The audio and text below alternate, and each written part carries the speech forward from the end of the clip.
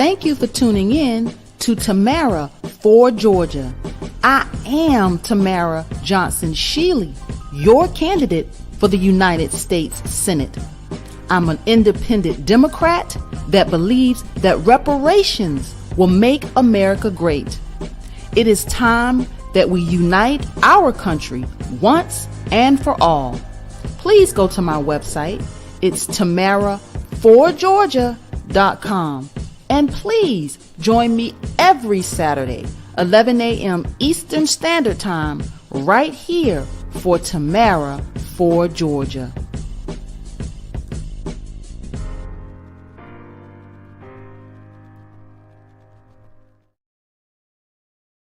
Good morning. Good morning. Good morning. Good morning. We're going to get this party started. I see you guys are chiming in all the way from Tulsa, Oklahoma. Good morning. Good morning.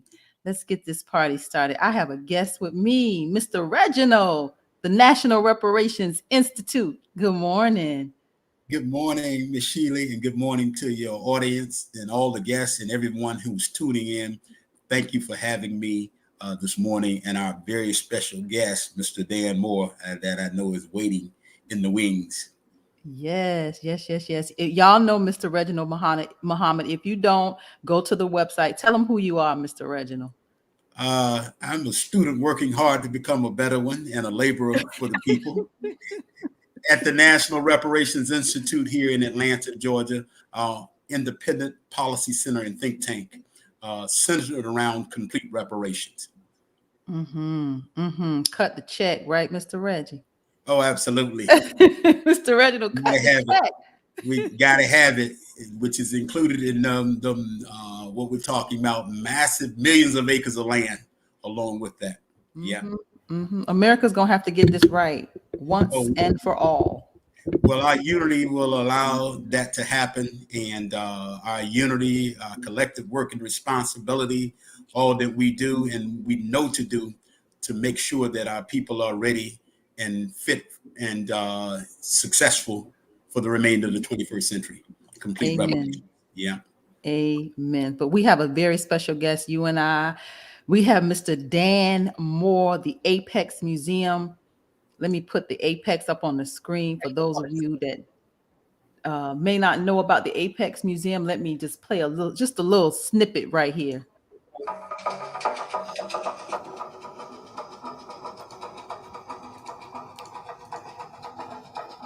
am the land of the first sunrise. I am the land. I am the first waters that flowed. I am the waters. My rich dark soil gave birth to humankind. I am the land. I am the waters. I am Africa. Yes. Mr. Dan Moore is with us. Good morning, Mr. Moore. Welcome. Good morning to you and to your audience, and it's good to be here. Yes. Mr. Dan Moore, the Apex Museum. Y'all, this man is a legend, a living legend. I'm going to let you do the honors, Mr. Reginald, with the introduction. I'm certainly honored, and it's a privilege for me to be on again. And Mr. Moore, let me spend a few minutes. Mr. Moore is one of the most humble people that you'll meet. But I take the position for the remainder of the 21st century, we must produce thousands of great thinkers who are great builders and thousands of great builders who are also great thinkers. Mr. Moore is one of those thousands who has produced an institution that thousands of us have fed off it and benefited from. Originally out of Philadelphia, but he has been an institution in the Atlanta area for more than 40 years. And all of us many of us have sat at his feet, benefited from him. He has built a nonprofit, the Apex Museum. If you haven't had a chance to go there, take your students there, your children, your family, you gotta be there. He's on historic Auburn Avenue. At one time considered the wealthiest Black street in the country. And but down the street from the King Center. And one thing about Mr. Moore, even though he's the owner of that institution, by trade and by skill and profession, he is a filmmaker and documentary producer, one of the best to have ever done it. And for the thousands of people who have graced the King Center down the street from the Apex Museum, there are those who sat in that little theater at the King Center, and they watched a documentary on Dr. King. Well, for years, that documentary that thousands of people from all over the world looked at, it was produced by Mr. Dan Moore. He may not tell you that, but he has a list and a biography, a bibliography of work that is so outstanding, and he's published a number of books. But he's there still at the Apex Museum, and all of there are literally tens of thousands of entertainers, politicians, elected officials, world leaders have come to the Apex Museum. And I mean, I would be here another 20 or 30 minutes trying to talk about that, but he is certainly one of the best to do it. He's been a good example for all of us. We really have a foundation on reparations in Atlanta, except for the fact for the last 20 years, I've sat at Mr. Dan Moore's feet as one of his students, and hopefully a decent laborer of the body of work that he's already done. He's a family man, children, grandchildren, a beautiful wife, and he's just the epitome of what we talk about when we talk about a Black man who is a professional, who's an organizer, who is an educator, and again has that museum. And I encourage all of you all to go by and see the Apex Museum. Take a visit, do the tour there, because one of the things that you're going to learn real quick, the great work of Dr. Asa Hillard, one of our historians and one of the exceptional educators that we have produced. He has a whole display of Dr. Asa Hillard. If you want to know Black women currently who have made past and present, who have made contributions in the way of STEM, Black women, he has a whole display of that. And again, he has a small theater there that shows you the history economically of Atlanta, Auburn Avenue, and it's just a wealth of knowledge. And I encourage you all to go by and see Dan Moore, and let's continue to support his great body of work, because all of us have benefited from his work. Without any further delay, our great elder, great educator, and leader of the movement, Mr. Dan Moore. I'm not sure who he's talking about. No, it is absolutely about true. you, sir. Yeah. But I want to thank both of you for what you have done and what you are doing. More importantly, what you're going to do. And I am honored to be in your presence, both of you, and to know that I can make some small contribution to what you're doing, because it is very important, and it will change this country, and it will ultimately change the world when you two put your heads together, your minds together, your hearts together, your thoughts together, and make it happen.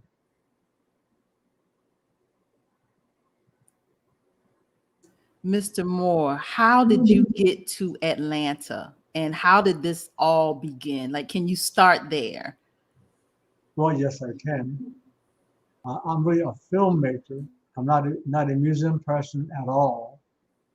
And I came to Atlanta, Georgia to start my second film company. I had a film company in Philadelphia. I was going to do a second film company, and I chose between Los Angeles and Atlanta. When I went to LA, everybody there was a filmmaker, good or bad or indifferent. When I came to Atlanta, it was a very special time for me. So I started my film company in Atlanta, had the privilege of doing something for MARTA initially. And then we also did something on the missing and murdered children, a program that we did and put a video together to help our young people better understand what that was all about, and to be careful of who they trusted.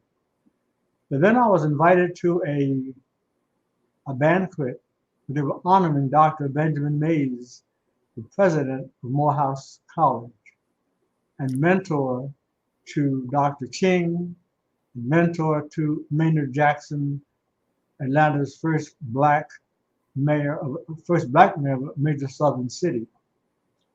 As I sat at the banquet and heard all the accolades given to Dr. Mays, my first question to myself was, will anybody remember who this man was 10 years from now? Or will he be forgotten? My second question to myself was, of all the cities in this nation, why doesn't Atlanta, Georgia, of all cities, not have a Black History Museum? And so 4 months later, I started it. And this is where we are today. And you tell the story about how it just came. You know, it was definitely supposed to happen because the funding that you needed and what you needed to start, it came. This is very true. I had an office in Buckhead at one time, and so we operated out of there just for a minute. Then I moved down nearer to Atlanta to Auburn Avenue. We had an office at the Citizens Trust Bank right around the corner from Auburn Avenue on Piedmont Avenue. And then Dr. Robert Threet, the president of Marsh Brown College, was going to start a museum for the college and asked two of his professors to come and visit me and see about what I was doing. And they came to me and we talked about what my vision was. And they went back and said, Dr. Threet, we need to support this museum as opposed to trying to build our own. And Dr. Threet gave us space on Ashby Street, 171 Ashby Street. So our first official office for the Apex Museum was at 171 Ashby Street, right across from Marsh Brown College. And from there, we were looking for a new building. We looked around for several years for a new building or a new place to put the Apex. And one of our members, who was very, very influential in this city, he said, I found a place I think we can use. And so I said, well, okay, let's go look at it. And came down to Auburn Avenue. And there was a B.F. Goodrich Tire Company on Auburn Avenue at Piedmont. And they had a small building next to it, which was built in 1910 as a school book depository. And that's the building we wanted to get and the land we wanted to get next to it to build to expand the museum. Well, we didn't have any money. And that property cost like $2.5 million. We did not have $2.5 million. But a stranger came to town. I'm not sure even where he came from. His name was Bill Gibbs. He was working with Bank South. And he called me and said, I hear you're trying to raise some money to build a museum. And I said to myself, well, where did this guy come from? And how in the world does he know what I want to do? He said, I can help you with that. I met with Bill Gibbs. He laid out a plan so that the bank actually financed the purchase of this building and the land next door. And it came up to be roughly around $3 million. And so we took that project on. We renovated this current building. It was built as a school book depository years ago, back in 1910. A very sound building. But one of the first things I did was rename this building the John Wesley Dobbs Building in honor of the grandfather of Maynard Jackson. So for the first few years, we struggled to make that debt payment. But in the end, God worked it out. And so at this point in time, 42 years later, we own the land, we own the building, and we are debt-free. That's my story, and I'm sticking to it. Amen. Amen. Talk about Auburn Avenue. You know, back when you were starting, what was Auburn Avenue? What was that all about? Like, tell us the stories. Well, Auburn Avenue, when I got here, was almost in decline. But in 1957, Fortune magazine called Auburn Avenue the richest Negro street in the world. 1957. When I look at what these persons did when they came to Auburn Avenue, male and female from different parts of the country. One lady opened up a cosmetology, not a clinic, but a school. One person opened up the Royal Peacock, Carrie Cunningham. Somebody opened up the Citizens Trust Bank, first black bank in Georgia, because blacks could not borrow money from white banks to buy homes. And I learned later that in addition to the bank being open, they also had their private stash of capital. They would lend to black people who wanted to buy a house because they knew they may not qualify for a loan. Then you had a block from where we are now. Bronner Brothers opened up their store. Nathaniel Bronner and his brother. It was called the Bronner Brothers. And I remember them walking through the streets putting mimeograph papers on people's cars and talking about the Bronner Brothers show. And they are one of the longest lasting black-owned companies in the world that I know of.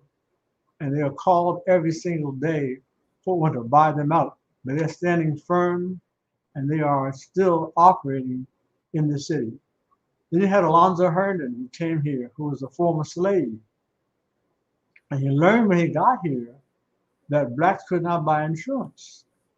So we started the Atlanta Life Insurance Company, which became the second largest black-owned insurance company in the nation, second only to North Carolina Mutual. You ride down Auburn Avenue, you see a sign that says WERD. WERD was the first black-owned commercial radio station in the country. So Auburn Avenue was a thriving metropolis. They had the Royal Peacock, they had businesses, they had barbecue shops, they had cosmetology centers, they had barbers. It was a thriving community. But when I look at Auburn Avenue today, I have to ask myself the question, how come former slaves and former sharecroppers can build this empire that free slaves can't maintain? And that's the question I ask rhetorically over and over again, because we have not maintained what our ancestors and what our forebears developed that made us who we are today. Mr. Moore, would you repeat that question again? Mm-hmm. Well, I look at Auburn Avenue and its history because I did a film about Auburn Avenue. I was narrated by Cicely Tyson. The dancer in that film was Barber Sullivan, who had a show or a place on Auburn Avenue. And when I met Cicely Tyson, when she came here to do the narration for the film, I wrote the script, I gave it to her. She looked at it and said, well, I can't do this now. I'm going to go to my hotel and think about this. The next day she came back and she knocked it out of the park. So she was a very, very important part of the narration of the film about Auburn Avenue. But you know, when you look at all that goes on and all that has happened, again, you have to ask yourself the question. If they came to Atlanta, had barbershops, churches, cosmetology centers, funeral homes, nightclubs, banks, exactly. In fact, the bank on Piedmont Avenue was a 14-story bank built by black folks, but is no longer owned by black folks. It's owned by Georgia State. When Herndon died, they built a brand new building right across from the Apex, tremendously great building. They had art shows there every year. The building is no longer in the hands of black people. So again, I have to ask, how come these folks can come here as former slaves and former sharecroppers from different parts of the country and build this empire that Fortune magazine would call the richest Negro street in the world? And today it's in shambles. So you have to ask yourself the question, how come these folks can come here and build this empire that free slaves can't maintain? Do we have the answer to that question, Mr. Reggie? Because I don't.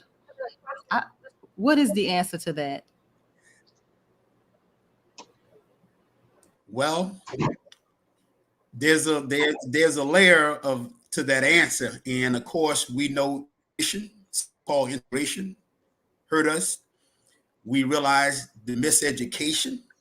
We realize, as Mr. Moore said, that the illusion of inclusion. We walked from our own institutions and didn't see the value of what we were able to build, and that's one of the tragedies. And it certainly speaks to what Dr. Carter G. Woodson called the miseducation of the Negro. Naim Akbar calls it chains and images of psychological slavery. That's the results of it. And that's a serious question, though, Mr. Moore. And you have asked that question. And that's something that all of us in the next generation has to continue to ask that question and answer the question and overturn it and ensure that we're not in that position in the next in the next 75 years. Very true. And that's why we have to support what you're doing, both of you are doing, to talk about reparations. Many of us don't even know what the word means. We have no understanding about it. We're just using this word, or with the clarification that someone else has put onto it. But Reginald Muhammad and this young lady here, who is going to be one of our next senators, that's a prophecy. They need our support. Absolutely. This is how we've got to change the narrative. We cannot allow things to go the way they're going now without us changing the narrative. It is incumbent upon us. It is our responsibility. We can't put it on anybody else, but we have got to change the narrative and bring our young people along. God said, I've called the young because they're strong, but I call the old because they know the way. So we, as some of the elders, need to look at that very carefully and examine that and understand that we are still locked into, in our minds, the philosophy and the message we have learned from other people that don't apply to us at all. So we have got to change the narrative. Mr. Moore, would you give a little bit more detail about what you offer at the Apex Museum? Because every time I go there, and I've been going there for 20 years, every time I walk in the place, honestly, there's something new that I learned. And my students who are enrolled at the AU Center have been blessed to come and sit at your feet. And when they came back and made their written reports and gave their oral presentations about the Apex Museum, we were able to connect a new generation, and they had a better appreciation of our history. So would you highlight some of the points at the Apex Museum that you would know about, and how they came about, and why people who do get a chance to tour the Apex Museum, why they leave there much more enlightened, much more inspired, and certainly educated? Thank you, Reggie. When we first opened the Apex exhibition, it was totally about Auburn Avenue. We actually built what they call a trolley car theater, with a replica of a trolley car in it. That we had these two films we would show on the wall in that theater. But it was all about Auburn Avenue, basically. Except when we added the part, which was a film I did on called The Journey, narrated by Ossie Davis, and talked about Africa. But every time I met this man who was a professor at Georgia State, every time I saw him and he saw me, he would say to me, whatever you do, never let them begin our history with slavery. That stuck with me. So we actually started another exhibit called Africa, the Untold Story, based on Asa Hilliard's talk to me consistently. I mean, every time I saw him, without question, he would say to me, Dan, whatever you do, never let them begin our history with slavery. So we installed another exhibit called Africa, the Untold Story, developed a timeline about Africa and African civilizations We talked about Egypt. We talked about Kemet. We talked about the monuments that were built in Africa that today's technology can't even duplicate. It is the richest continent in the world. I'll say that again. It is the richest continent in the world. Now, somebody who was ex-president wanted to call it something different, but it is the richest continent in the world. Iron, gold, silver, diamonds, rubber, you name it. It came from Africa. Civilization started there. We talk about language, written language. We talk about games. We talk about medicine. We talk about healing. We talk about all these things. It started in our motherland. If you haven't heard about the Berlin Conference, when the Europeans got together to divide Africa up, which at one time was called Arcabulon. But I say to our visitors many times, what about Britain? Britain about that big. It calls itself Great Britain. So how are you that big and call yourself Great Britain? And the second part of that was their motto. The motto was the sun never sets on the British Empire, which means wherever you go in the world, you're going to see us, because we're going to be there. English is the most popular and the largest language worldwide, coming out of Britain. And one of their historians said one day, history will be kind to me because I intend to tell it. So they became the second largest colonizer, not of a country, but of the entire African continent. You have an image up there of Africa. It shows all of the countries of Africa. Only 2 countries in Africa remained independent. Liberia, which was founded by former slaves from America. They adopted the Constitution of America word for word. They adopted the flag, red, white, and blue. They named the principal city Monrovia after President James Monroe. And Ethiopia, they remained independent. There's a big story behind that. I'm going to go into all the details of it. But they're the only 2 that remained independent. But the person who just died recently, Bishop Desmond Tutu, I think he said it best. He said, when they came to South Africa, we had the land and they had the Bible. They said to us, close your eyes and pray. We closed our eyes and we prayed. And we opened our eyes, they had the land and we had the Bible.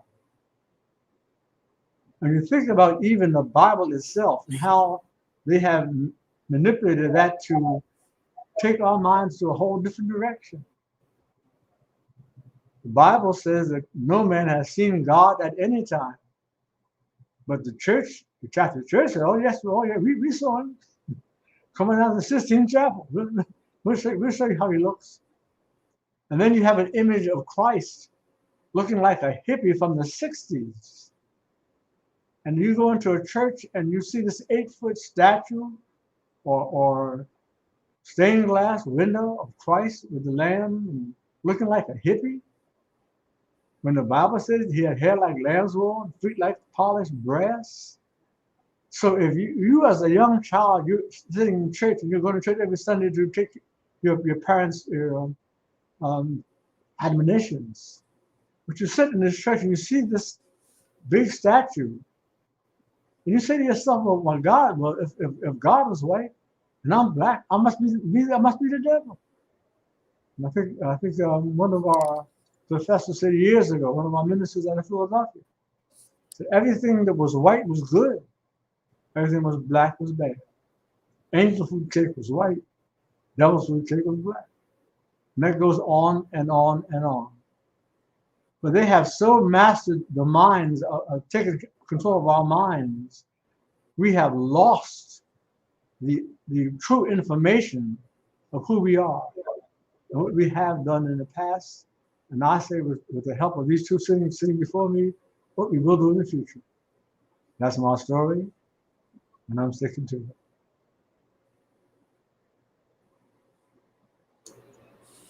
Mr. Moore, what is it going to take to wake up this next generation of us? It's going to take this generation helping them understand that he who controls the media controls the mind. And I believe that people sitting around tables right now, planning media, planning games, planning different things that will actually take our children further down the wrong path. We have got to stop that. We've got to change that narrative. My most recent book that I did a few weeks ago, actually, it's called The White Male Agenda. And they have had an agenda for years. And I say from day one, I'm not talking about all white people. I'm not saying all white people are like this, but there is a white male agenda because nothing happens of any significance in this country that a white male does not get involved, is involved in a final process of whatever goes on.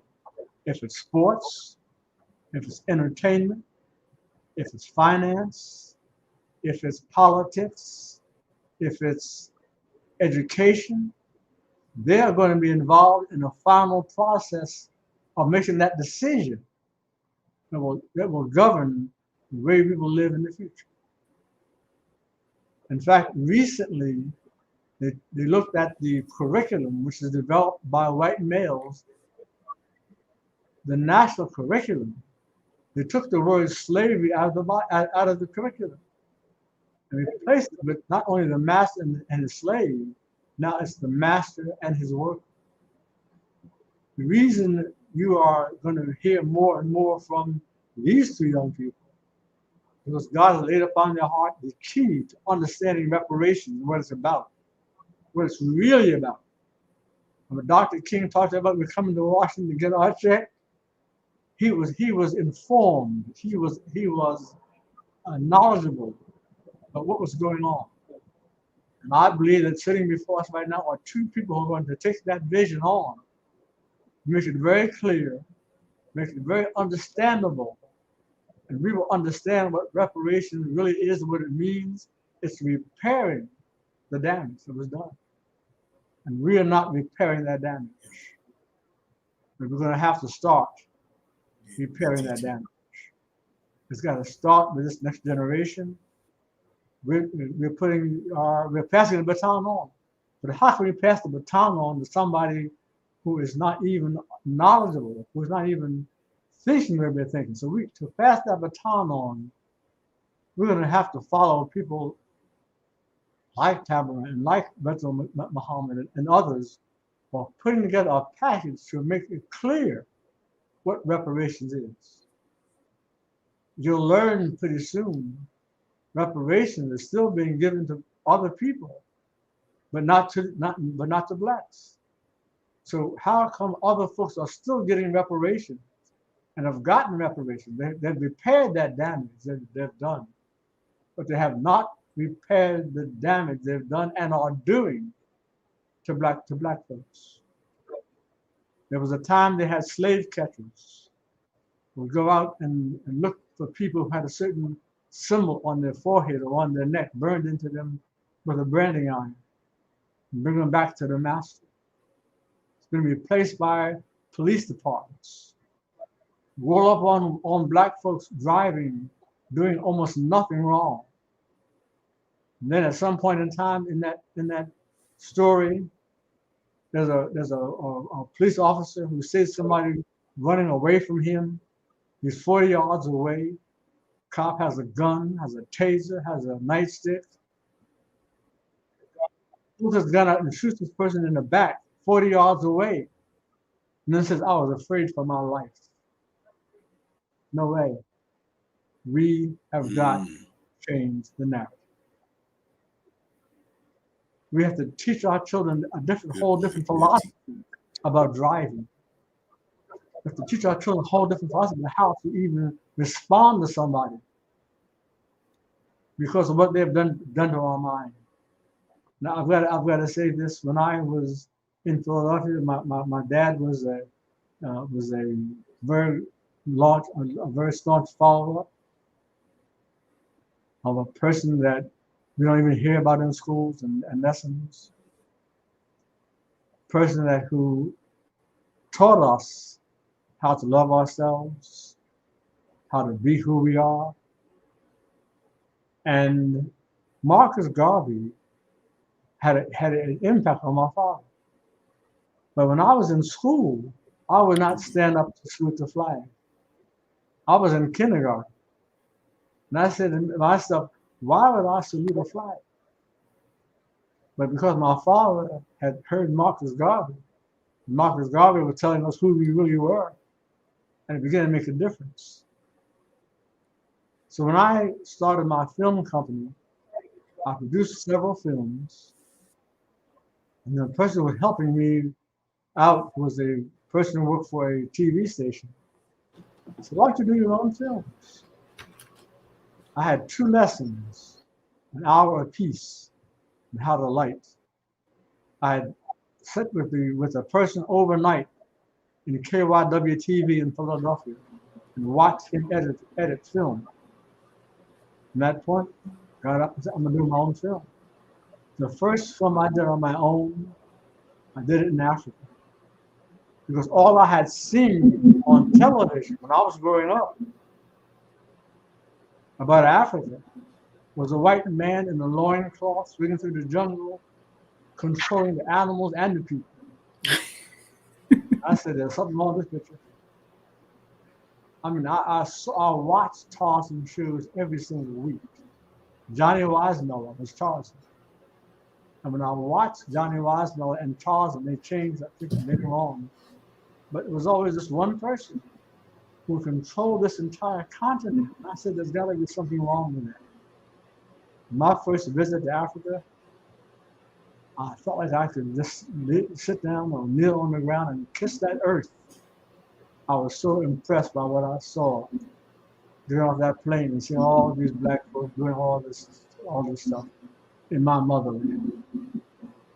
Later on in life, when we did our family history book, I had the privilege of working with my sister and my niece.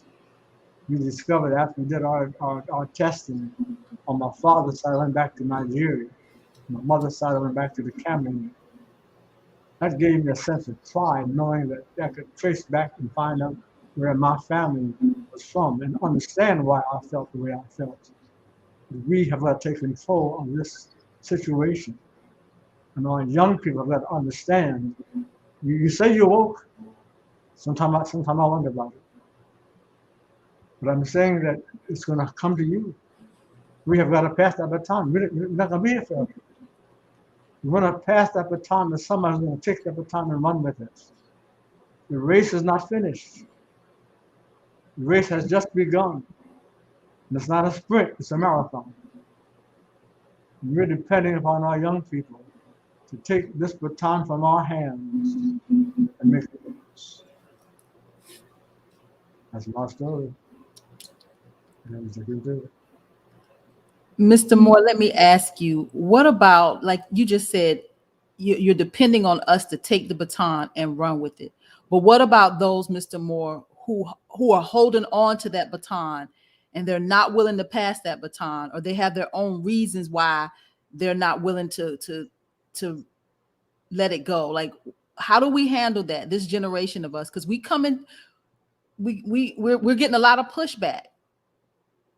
Well, it's because we have been misled, miseducation of the Negro, as Carnegie Woodson said. We still have a mentality that we are not as great or as popular or as smart as white people are. It's driven into us. But you walk down the hall of the Apex Museum and you see black inventors, it will blow your mind. And you see what we have contributed to the world. When you see what we have contributed by having things patented that today's technology can't even duplicate. When you understand that black men and women have created and patented a plethora of things. The mailbox that you go to every day to get your mail out of, it's a black invention. You think about cataracts for people's eyes. A black female put that together and patented a process removing cataracts. Black woman developed a home security system. Black male did the whole thing with blood plasma. He died outside of a hospital because he was black. You may have known about the super soaker. Man's office is just a few blocks from the Apex Museum. And this man has invented a super soaker, and 2 years ago, he won a $74 million lawsuit. It was one of the best-selling toys in the world. But Hasbro was handling the sale and withholding his money. The brother won a $74 million lawsuit. There was a man who worked for IBM who took our computers and made them faster. There's a man who invented the traffic signal. Thomas Edison said he invented the light bulb, and he did. But Lewis Latimer invented the filament that made the bulb light up. So we used to walk down the hall in the Apex, and it will blow your mind to see what black folks have invented. That includes the lantern, that includes the fire extinguisher, that includes the lawnmower, that includes the lawn sprinkler, and yes, it also includes the golf tee. Tiger Woods, like a black man. The black man invented and patented the golf tee. Things I didn't learn about when I was in school.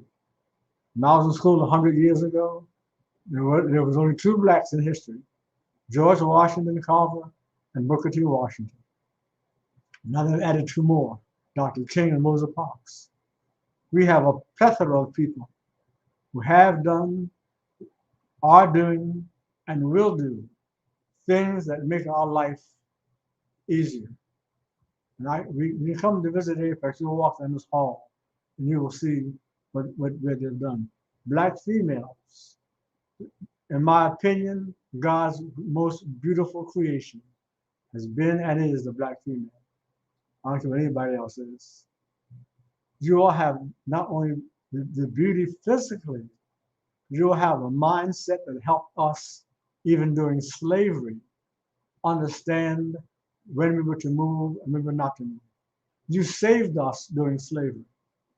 Because I know we would not have come in off that field after picking that cotton and seen a white man laying on our wife, making her pregnant, not killing him. But you all stopped us. You all said, no, this is not the time or the way. You all are responsible, in my opinion, for the salvation of us, even going through slavery. And so when I see people calling black women the B word, something wrong with you. The B word that you all call a black woman is a female dog. And that is not a black woman. So when we look at what we are doing to our own people, what we are doing to our own children, we are going to have to change the narrative. We can't put this baton in your hands until we believe that you have understanding that you have a race to run. And there's someone who's depending upon you to make a difference in this world. I believe there are people sitting around the table right now planning our demise. Planning games that will destroy our children, destroy their minds. We're going to have to change the narrative. This is our day. We're going to make a difference. And so, the 2 of you, there's nothing else I can do but to support you. And my thing is, if you need it and I got it, you got it. Simple as that. This is not a war between us trying to outdo each other, trying to see who's smarter and all that kind of stuff. We are together in this. And we together are going to make a difference in this world. Our children are going to see a difference. I've got a granddaughter who's 16 years old, just started Georgia State, majoring in finance. Her major interest? Building generational wealth. She's 16. Hello. That's my story. And you sticking with it. And for the 2 of you, I want to encourage both of you. You are extremely bright people. You honestly are. I'm not just saying this. You have a tremendous mind and the mindset. And we have to get behind both of you because you are the ones who are going to make the difference. And so our grandchildren and our great-grandchildren hopefully will understand and read your story some years from now.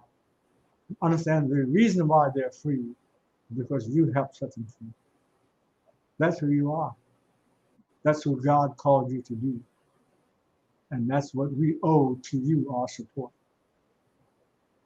Let the church say amen. Amen. Amen. Amen.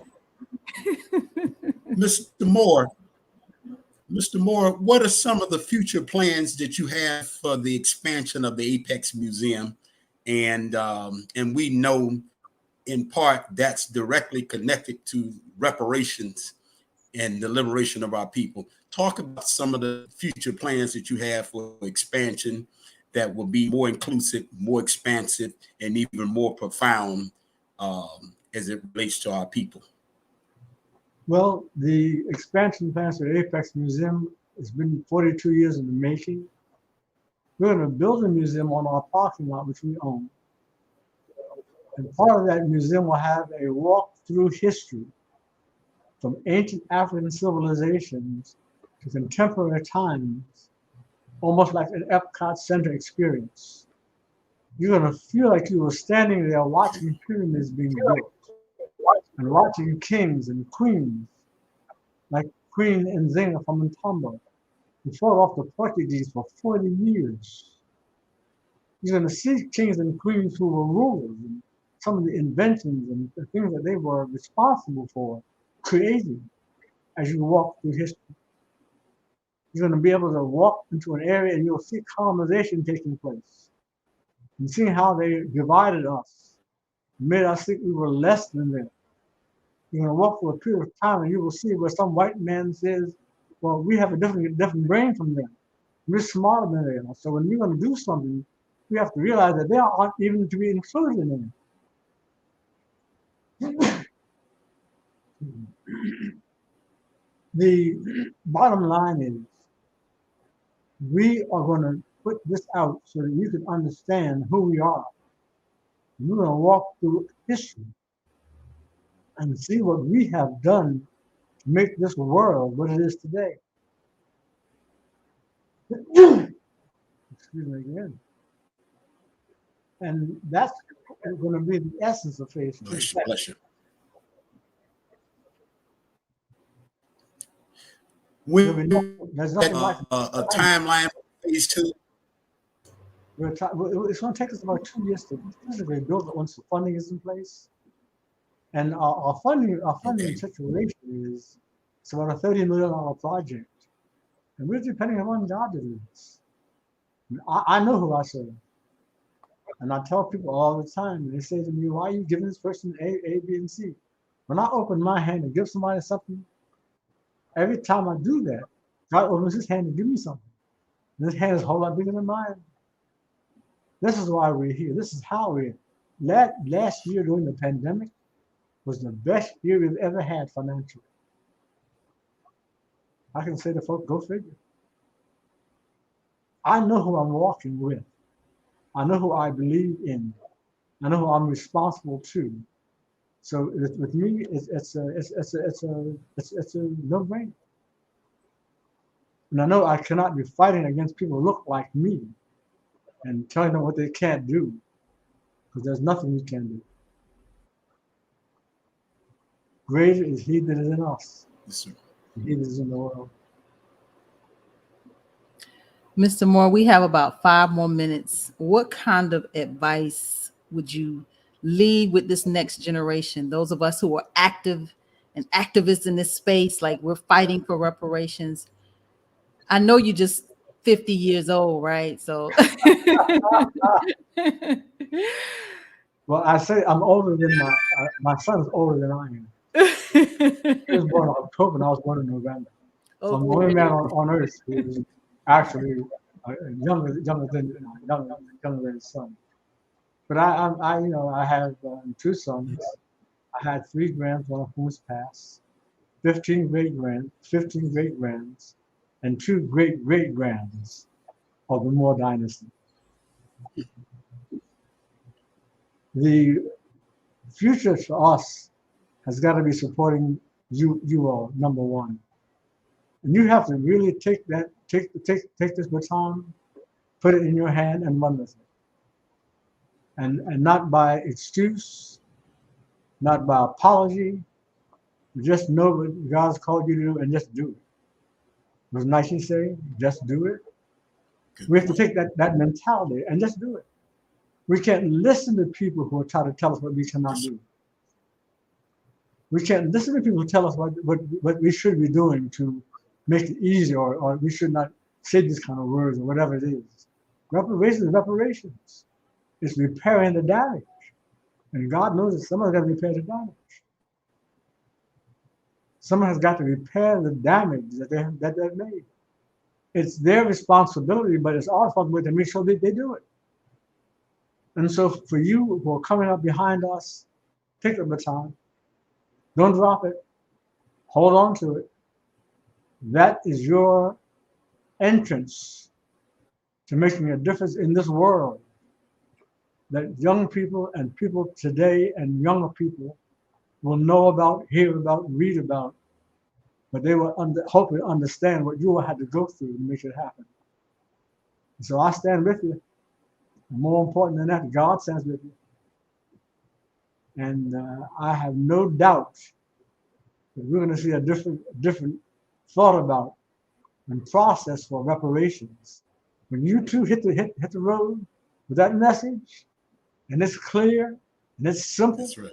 and it's defined, and it's backed up, and it's logical, hello, it's going to make a difference. Yes, I promise you that. It's going to make a difference.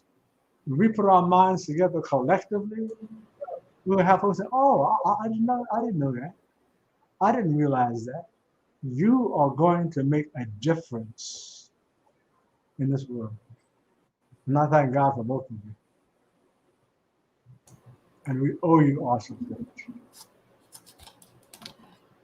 I'm going to encourage everybody to go to the apexmuseum.org, go donate, be a part of making sure this history is never, our history is never forgotten. Mr. Moore's book, The White Male Agenda, oh my gosh. The way this book is written, I can tell, Mr. Moore, that you were very intentional about making sure that young people could grasp the knowledge very quickly. I love the way this book is written. It's an easy read. It's a quick read. You get straight to the point, no fluff, straight to the point. I love the way you wrote this. So thank you for this. The White Male Agenda. Go to the apexmuseum.org website and donate. Get this book, y'all. Get this book and the DVD. Sweet Auburn. Oh my gosh, this is narrated by Cicely Tyson and Julian Bond. Yes.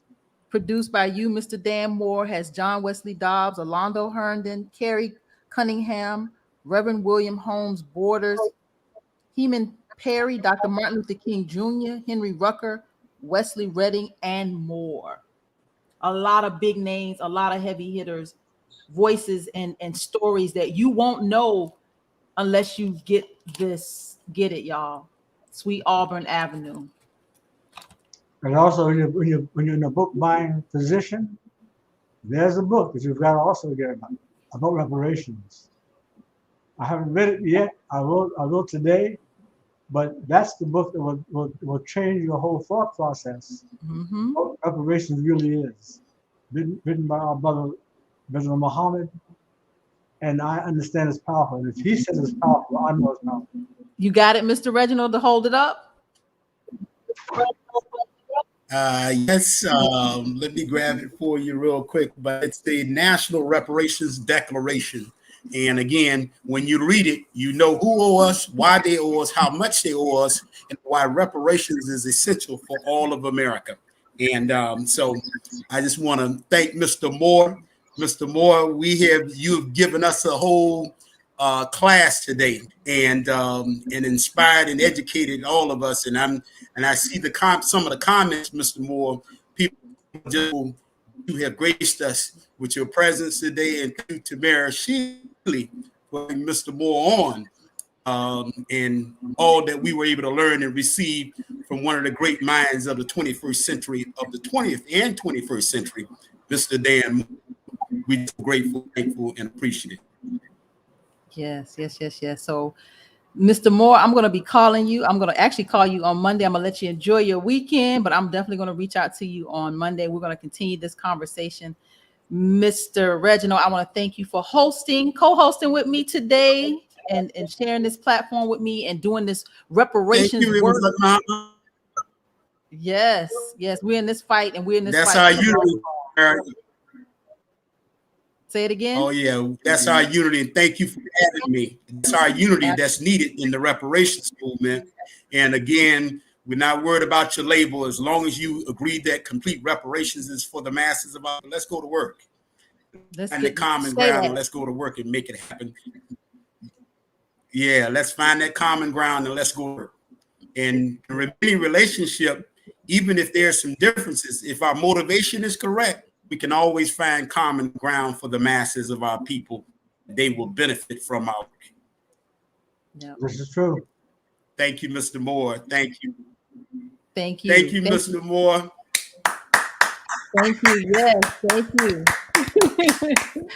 All right, everybody. In a certain place. My pleasure. Yeah. Hold on, Mr. Moore. Hold on, Mr. Reginald. We're gonna let everybody go in just a second.